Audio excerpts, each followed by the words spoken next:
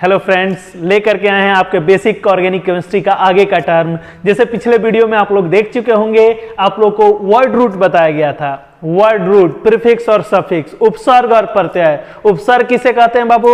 उपसर्ग कहते हैं जो पहले जुड़ता है, विच इज एडेड बिफोर। जो पहले जुड़ता है उसको क्या कहेंगे? प्रीफिक्स। ये it depends on number of carbon, ये जो होता है वो कार्बन की संख्या के ऊपर निर्भर करता है। और सफिक्स बताया गया था जो बाद में जुड़ता है, which is added after, is known as suffix. जो बाद में जुड़ता है उसको हम लोग सफिक्स कहते हैं। ये नेचर ऑफ बॉन्ड, बंधन की प्रकृति के ऊपर निर्भर करता है और फंक्शनल ग्रुप के ऊपर निर्भर करता है। ध्यान दीजिए, फंक्शनल ग्रुप के ऊपर और बंधन की प्रकृति के ऊपर निर्भर करता है। ये पिछले वीडियो में बताए थे, आप इसको याद करके रखे होंगे। एक कार्बन का प्रीफिक्स क्या होगा? मिथ। 2 कार्बन का इथ, 3 का prop, but, pent, hex, hept, oct, non, deck, अनडेक, डोडेक, ट्राइडेक। इस तरीके से आप लोग याद किए होंगे। अगर कार्बन कार्बन के बीच एकल बंधन होगा तो बाद में क्या जोड़िएगा बाबू? एएनई। क्या जोड़िएगा? एएनई। द्विबंधन होगा तो ईएनई।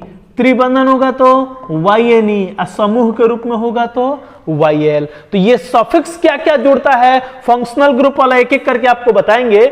ये सफिक्स क्या जुड़ता है वो आपने याद करके रखा होगा, और प्रीफिक्स क्या होता है वो भी याद करके रखे होंगे। चलिए इसके आगे की सीढ़ी पर चढ़ते हैं। जैसे पिछले वीडियो में हमने बताया था कि ऑर्गेनिक केमिस्ट्री क्या है? एक 100 मंजिला बिल्डिंग है, ना तो आप स्पाइडरमैन है, ना तो सुपरमैन है, ना ही इसमें लिफ्ट लगा हुआ है। अगर एक बार जंप कीजिएगा तो मुहकुड़िए माटी ले लीजिएगा। तो डायरेक्ट जंप मत कीजिए, आप लोग एक एक स्टेयर करके, एक एक सीढ़ी करके ऊपर चढ़िए। आप आसानी से टॉप तक पहुंच सकते हैं। रिएक्शंस आपको इजी वे में समझ में आने लगेगा।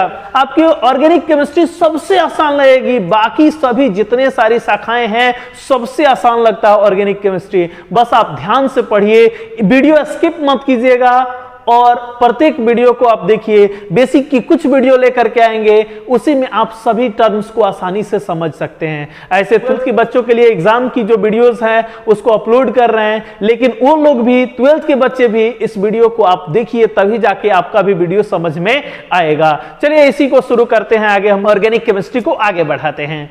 देखिए सबसे पहला टर्म है हाइड्रोकार्बन। सबसे पहला टर्म हमने यूज किया क्या? हाइड्रोकार्बन। देखिए बाबू, हाइड्रोकार्बन क्या होता है? हाइड्रोकार्बन की बात करें, नाम से ही पता चल रहा है हाइड्रो। हाइड्रो मतलब, हाइड्रो शब्द बना है हाइड्रोजन से। हाइड्रो शब्द बना है किससे? हाइड्रोजन से। और कार्बन तो समझते ही आप लोग, कार्बन को हम लोग सी कहते हैं। अब देखिए हाइड्रोजन, हाइड्रो मीन्स हाइड्रोजन, और कार्बन मीन्स कार्बन। यानी वैसे यौगिक जो हाइड्रोजन तथा कार्बन से मिलकर के बने होते हैं उसे हाइड्रोकार्बन कहते हैं। वैसे यौगिक जो हाइड्रोजन तथा कार्बन से मिलकर के बने होते हैं उसको क्या कहते हैं बाबू? हाइड्रोकार्बन कहते हैं। देखिए नाम से ही पता चल रहा है हाइड्रोकार्बन। जो हाइड्रोजन और कार्बन से मिलकर के बना होगा उसको क्या कहिएगा? हाइड्रोकार्बन कहिएगा। परिभाषा भी वैसे ही लिखा हुआ है, आप यहां देख सकते हैं। वैसे कार्बनिक यौगिक, वैसे कार्बनिक यौगिक जो केवल कार्बन तथा हाइड्रोजन से मिलकर बने होते हैं, जो केवल कार्बन तथा हाइड्रोजन से मिलकर बने होते हैं उसको हाइड्रोकार्बन कहते हैं। दोज बाबू, हाइड्रोकार्बन नहीं, those organic compound which is formed by only carbon and hydrogen is known as hydrocarbon। यहां गलती से टाइप हो गया हाइड्रोकार्बन, हाइड्रोकार्बन नहीं होगा, कार्बनिक यौगिक होगा, ऑर्गेनिक कंपाउंड होगा। Those organic compound which is only formed by carbon and hydrogen is known as hydrocarbon, like as CH4। बाबू देखो, कार्बन और हाइड्रोजन से फॉर्म हुआ है, दूसरा कोई तत्व नहीं ना है, तो ये हाइड्रोकार्बन कहलाएगा। C2H6, इसमें कौन कौन सा तत्व है? तो कार्बन दिख रहा होगा और हाइड्रोजन दिख रहा होगा। हाइड्रोजन को H से सूचित करते हैं, कार्बन को C से। तो C और H यानी कार्बन और हाइड्रोजन दिख रहा है तो इसको भी हाइड्रोकार्बन कहेंगे। C3H8, आप देखिए कार्बन है, हाइड्रोजन है, तो इसको भी हाइड्रोकार्बन कहा जाएगा। C6H6, आप देखिए किससे बना हुआ है बाबू? कार्बन और हाइड्रोजन से, तो इसको भी हाइड्रोकार्बन कहेंगे। C2H4, C3H4 etc। जितने सारे यौगिक आपको दिखे, जितने सारे यौगिक, जितने सारे यौगिक आपको दिखे जो कार्बन और हाइड्रोजन से ही केवल बना होगा उसी को हाइड्रोकार्बन कहते हैं। याद रहेगा बाबू, जैसे ये लिख दें C2H5OH, ये हाइड्रोकार्बन है? नहीं है। हाइड्रोकार्बन, ये हाइड्रोकार्बन नहीं है। क्यों नहीं है बाबू? क्योंकि इसमें ऑक्सीजन भी उपस्थित है, तो इसको हाइड्रोकार्बन नहीं कहेंगे। वैसे कार्बनिक यौगिक जो केवल कार्बन और हाइड्रोजन से मिलकर बने होते हैं उनको हाइड्रोकार्बन कहते हैं। ध्यान रखेंगे, केवल कार्बन और हाइड्रोजन होना चाहिए, उसके अलावा कोई दूसरा तत्व नहीं होना चाहिए। तो हाइड्रोकार्बन समझ गए आप लोग? हाइड्रोकार्बन क्या है बाबू? जो केवल कार्बन और हाइड्रोजन से मिलकर के बना हुआ है। हाइड्रोकार्बन दो प्रकार के होते हैं। हाइड्रोकार्बन दो प्रकार के होते हैं, एक संतृप्त हाइड्रोकार्बन और दूसरा असंतृप्त हाइड्रोकार्बन। सैचुरेटेड हाइड्रोकार्बन और दूसरा अनसैचुरेटेड हाइड्रोकार्बन। संतृप्त हाइड्रोकार्बन और दूसरा असंतृप्त हाइड्रोकार्बन। संतृप्त हाइड्रोकार्बन किसे कहेंगे? वैसे हाइड्रोकार्बन जिसमें कार्बन कार्बन के बीच केवल एकल बंधन होगा उसको संतृप्त हाइड्रोकार्बन कहेंगे। कार्बन कार्बन के बीच क्या हो बाबू? केवल एकल बंधन हो तो उसको संतृप्त हाइड्रोकार्बन कहा जाएगा। और जिसमें कार्बन कार्बन के बीच द्विबंधन या त्रिबंधन होगा उसको असंतृप्त हाइड्रोकार्बन कहा जाएगा। जिसमें कार्बन कार्बन के बीच क्या हो? द्विबंधन हो या त्रिबंधन हो तो उसको हम लोग असंतृप्त हाइड्रोकार्बन कहेंगे। याद रहेगा आपको? देखिए परिभाषा कैसे लिखा गया है। देखिए हाइड्रोकार्बन दो प्रकार के होते हैं। There are two types of hydrocarbon, which saturated hydrocarbon और दूसरा अनसैचुरेटेड हाइड्रोकार्बन। संतृप्त और दूसरा असंतृप्त, सैचुरेटेड और अनसैचुरेटेड। संतृप्त हाइड्रोकार्बन की बात करें, सैचुरेटेड हाइड्रोकार्बन की बात करें तो वैसे हाइड्रोकार्बन जिसमें कार्बन कार्बन के बीच केवल एकल बंधन हो बाबू। कौन सा बंधन हो? केवल एकल बंधन हो। यानी जहां जहां कार्बन कार्बन दिखे वहां केवल एकल बंधन हो तो उसको हम लोग कहेंगे संतृप्त हाइड्रोकार्बन। और दूसरा असंतृप्त हाइड्रोकार्बन वैसे हाइड्रोकार्बन जिसमें कार्बन कार्बन के बीच द्विबंधन या त्रिबंधन होता है। कार्बन कार्बन के बीच क्या हो बाबू? द्विबंधन हो या कार्बन कार्बन के बीच क्या हो? त्रिबंधन हो तो उसको अनसैचुरेटेड हाइड्रोकार्बन कहा जाएगा। उसको अनसैचुरेटेड हाइड्रोकार्बन कहेंगे। याद रहेगा आपको? देखिए एग्जाम्पल में भी हमने लिखा एल्केन। सैचुरेटेड हाइड्रोकार्बन का एग्जाम्पल कौन है? एल्केन। अनसैचुरेटेड का एल्कीन और एल्काइन। कौन कौन है बाबू? एल्कीन और alkyne. Those hydrocarbon which has only carbon carbon single bond is known as saturated hydrocarbon और those hydrocarbon which has carbon carbon double bond और carbon carbon triple bond is known as unsaturated hydrocarbon. Unsaturated hydrocarbon कौन कौन है? Alkene और alkyne और ये alkene. तीनों को एल्केन एल्कीन एल्काइन को एक एक करके देखते हैं। एल्केन क्या है बाबू? एल्कीन क्या है बाबू? और एल्काइन क्या है बाबू? आइए देखा जाए एक एक करके। क्या है? सबसे पहले से एल्केन की हमने बात किया। एल्केन क्या है? वैसे हाइड्रोकार्बन जिसमें कार्बन कार्बन के बीच केवल एकल बंधन होता है। वैसे हाइड्रोकार्बन जिसमें कार्बन कार्बन के बीच क्या हो बाबू? केवल एकल बंधन हो, जिसमें कार्बन कार्बन सिंगल बॉन्ड होता है, जिसमें इस प्रकार का बॉन्ड हो कार्बन कार्बन सिंगल बॉन्ड, तो इसी को हम लोग कहेंगे एल्केन कहेंगे। क्या कहेंगे बाबू? एल्केन है। इसका नाम जो दिया जाता है एल्केन दिया जाता है। आपको पता है जब कार्बन कार्बन के बीच सिंगल बॉन्ड होगा तो सफिक्स क्या जोड़ेंगे? सफिक्स। बाद में क्या जोड़ा जाता है? एएनई। क्या जोड़ा जाता है बाबू? एएनई। देखिए एएनई जुड़ा हुआ है तो एल्केन में एएनई जुड़ा रहेगा क्योंकि कार्बन कार्बन के बीच एकल बंधन होता है। प्रीफिक्स और सफिक्स तो देखें आप। देखिए सिंगल बंधन होगा तो क्या जोड़िएगा? एएनई। डबल बंधन है तो ईएनईएस। ट्रिपल बंधन हो तो वाईएन, या ग्रुप के रूप में हो तो समूह के रूप में हो तो वाईएल। पता है आपको? तो ये ध्यान रखेंगे कब जोड़ना है, उसको मत छोड़िएगा। आइए उसी को आगे देखते हैं। एल्केन की बारे में बात कर रहे थे। कार्बन कार्बन के बीच एकल बंधन है तो लास्ट में क्या जुड़ा रहेगा? एएनई जुड़ा रहेगा। देखिए इसका सामान्य सूत्र होता है CnH2n+2। CnH2n+2। एल्केन का सामान्य सूत्र क्या है बाबू? CnH2n+2। C आपका कार्बन है, H आपका हाइड्रोजन है, N कोई भी संख्या हो सकता है, 1 2 3 4 5 6 कुछ भी हो सकता है। N आपकी संख्या है। अब उस N की संख्या के आधार पर हम लोग देखते हैं उसका कौन कौन से यौगिक होंगे, क्या क्या नाम होगा। जैसे मान लीजिए N का मान 1 होता, कितना हो बाबू? N का मान 1 हो तो सूत्र क्या हो जाएगा? CA1 C1 H, दो एकम दो दू 4, यानी CH4। C एक है तो एक हम लोग नहीं पढ़ते हैं, एक को हटा देते हैं, तो क्या हो गया CH4। नाम क्या होगा? एक कार्बन का उपसर्ग बताओ बाबू, एक कार्बन का क्या उपसर्ग होता है? हाँ बहुत अच्छा, मीथ। क्या होता है बाबू? मीथ। और लास्ट में क्या जोड़ देना है? ANE। क्यों ANE जोड़ना है? क्योंकि एकल बंधन है। जब परिभाषा में ही कह रहा है कि एकल बंधन हो तो क्या जोड़िएगा? ENE। तो हो गया मीथेन। क्या नाम हुआ बाबू? मीथेन। संरचना कैसे होगा? कार्बन है, कार्बन कितना बंधन बनाता है बाबू? 4 बंधन। तो 4 बंधन बना दीजिए और सब जगह हाइड्रोजन लिख दीजिए। लिख सकते हैं, इस तरीके से संरचना बना दिया गया। अगर 2 कार्बन का होता, N का मान 2 होता तो C बाबू कितना? 2। H कितना? तो H हो गया 2 दूनी 4 2 6। हो जाएगा फॉर्मूला। बस फॉर्मूला में सेट करके लिख दीजिए। नाम क्या होगा? तो 2 कार्बन का नाम बाबू ईथ। क्या नाम होता है? ईथ। और लास्ट में क्या जोड़ेंगे? ANE। सॉरी यहां भी ANE था, ANE। नाम क्या हो गया? इथेन। क्या नाम हुआ? इथेन। अब इथेन की संरचना बना दीजिए।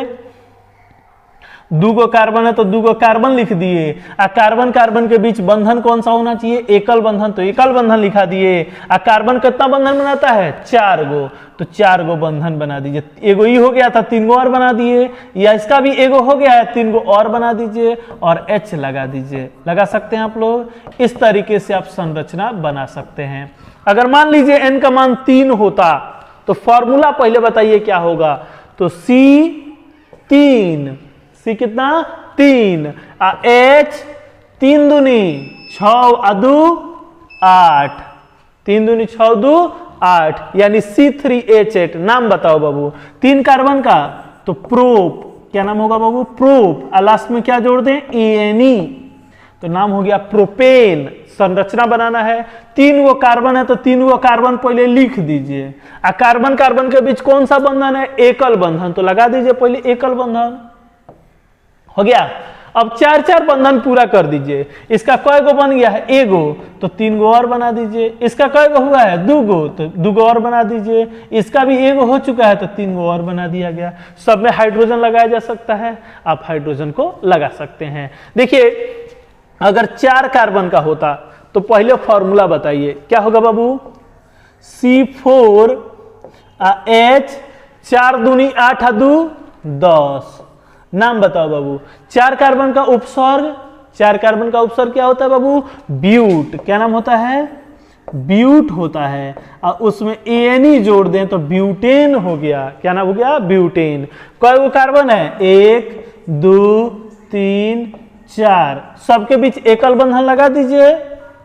हो गया। और सबका 4 गो पूरा कर दीजिए।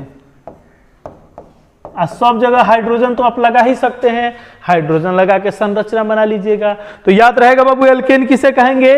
वैसे हाइड्रोकार्बन जिसमें कार्बन कार्बन के बीच केवल एकल बंधन होगा उसको एल्केन कहा जाएगा। एल्केन का सामान्य सूत्र जरूर याद रखिएगा, CnH2n+2। एल्केन का सामान्य सूत्र होता है, नाम होता है एल्केन। नाम क्या होता है? एल्केन। और ये एकल बंधन उसमें पाया जाता है। ऐसे ही एग्जाम्पल के थ्रू आप लोग समझ लिए कि N का मान 1 होता तो फॉर्मूला CH4, नाम आपका मीथेन, संरचना बना दिए। 2 कार्बन का C2H6, नाम क्या हो गया? इथेन, संरचना बना दिए। वैसे ही प्रोपेन, ब्यूटेन, 5 कार्बन का होगा तो पेंटेन, 6 का हेक्सेन, 7 का हेप्ट में ANE जोड़ दीजिएगा तो हेप्टेन, ऑक्टेन, नोनेन, डिकेन, अनडिकेन, आगे बना सकते हैं आप। एग्जाम्पल कुछ और अपने से बना करके उसको देख लीजिए। हम आगे समझाते हैं एल्कीन, आप अपने से एग्जाम्पल बना करके और समझ सकते हैं और लिख सकते हैं। चलिए देखते हैं नेक्स्ट, दूसरा देखते हैं एल्कीन। एल्कीन किसे कहते हैं?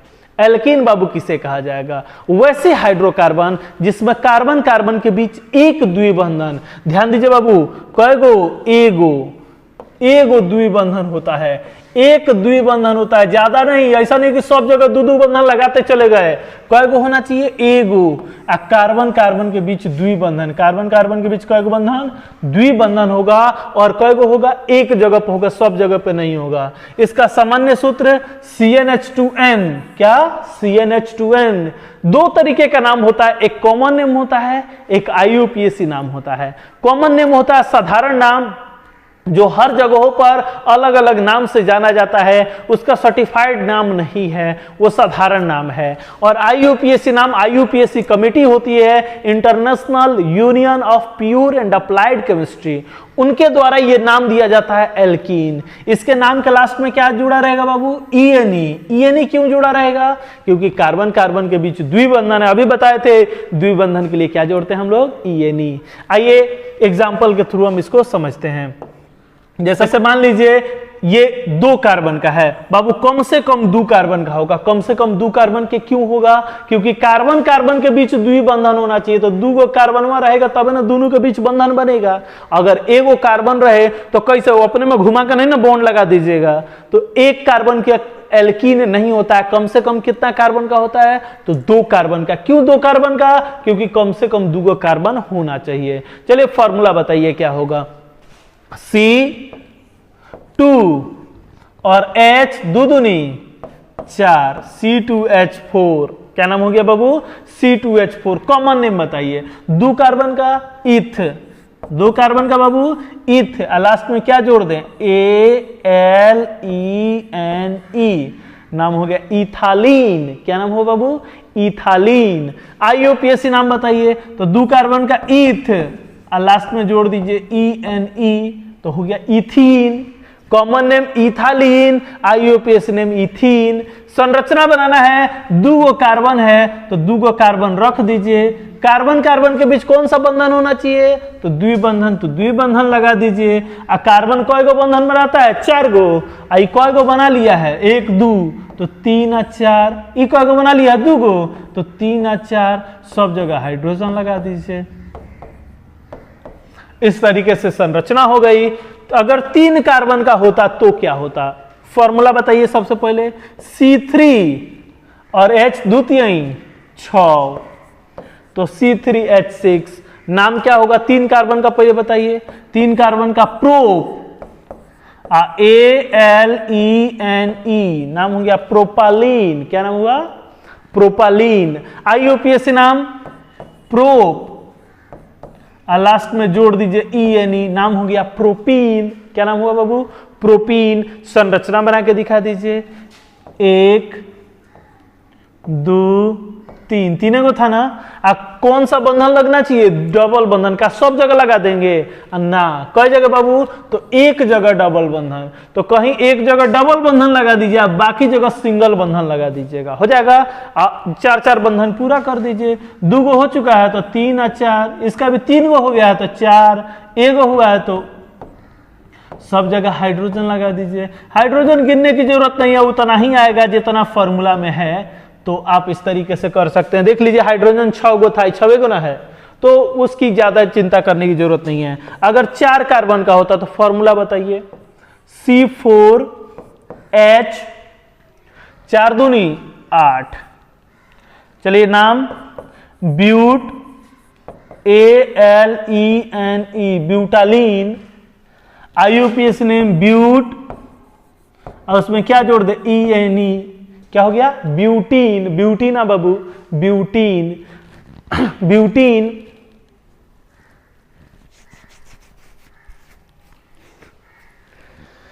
ब्यूटीन। संरचना बना दीजिए। 4 कार्बन है तो 4 को लिख दीजिए। कहीं एक जगह डबल बंधन लगा दीजिए। सबका 4 बंधन पूरा कर दीजिए। सबका 4 बंधन पूरा कर दीजिए। हाइड्रोजन लगाते रहिएगा अपना। अगर 5 कार्बन का है तो पेंट, सॉरी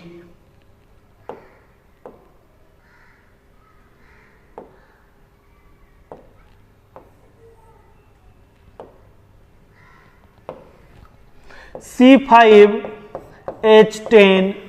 नाम बताओ बाबू? पेंट, और उसमें जोड़ दीजिए ALENE पेंटालीन। IUPAC नाम पेंट, और उसमें ENE स्ट्रक्चर बना दीजिए। 5 गो कार्बन है और कहीं डबल बंधन है, सबका 4-4 बंधन पूरा कर दीजिएगा, सबका 4-4 बंधन पूरा कर दीजिएगा। इस तरीके से आपका एल्कीन हो जाएगा। एल्केन और एल्कीन तो समझ गए, एल्काइन को देख लेते हैं। एल्काइन क्या है बाबू? एल्काइन के लिए वैसे हाइड्रोकार्बन जिसमें कार्बन कार्बन के बीच एक त्रिबंधन, कई गो? एगो, ज्यादा ना बाबू, एगो त्रिबंधन होगा तो उसी को हम लोग कहते हैं एल्काइन। क्या कहेंगे? एल्काइन। कार्बन कार्बन के बीच जब त्रिबंधन होगा तो उसको एल्काइन कहा जाता है। इसका सामान्य सूत्र होगा CnH2n-2। कॉमन नेम एल्काइलिन, IUPAC नाम एल्काइन। कॉमन नेम एल्काइलिन, IUPAC नाम क्या होगा? एल्काइन। कार्बन कार्बन के बीच कौन सा बंधन है? तो ट्रिपल बंधन है, और भी सब जगह है ना, एक जगह ट्रिपल बंधन है। और जब ट्रिपल बंधन है तो लास्ट में क्या जुड़ा रहेगा? तो YNE। लास्ट में क्या जुड़ेंगे बाबू? YNE। याद रहेगा आपको। चलिए एग्जाम्पल के थ्रू देखते हैं। अगर मान लीजिए 2 कार्बन का है, 2 कार्बन का है, 2 कार्बन का है तो फॉर्मूला क्या हो जाएगा? C2H, 2 दूनी 4 में से 2 गया तो 2।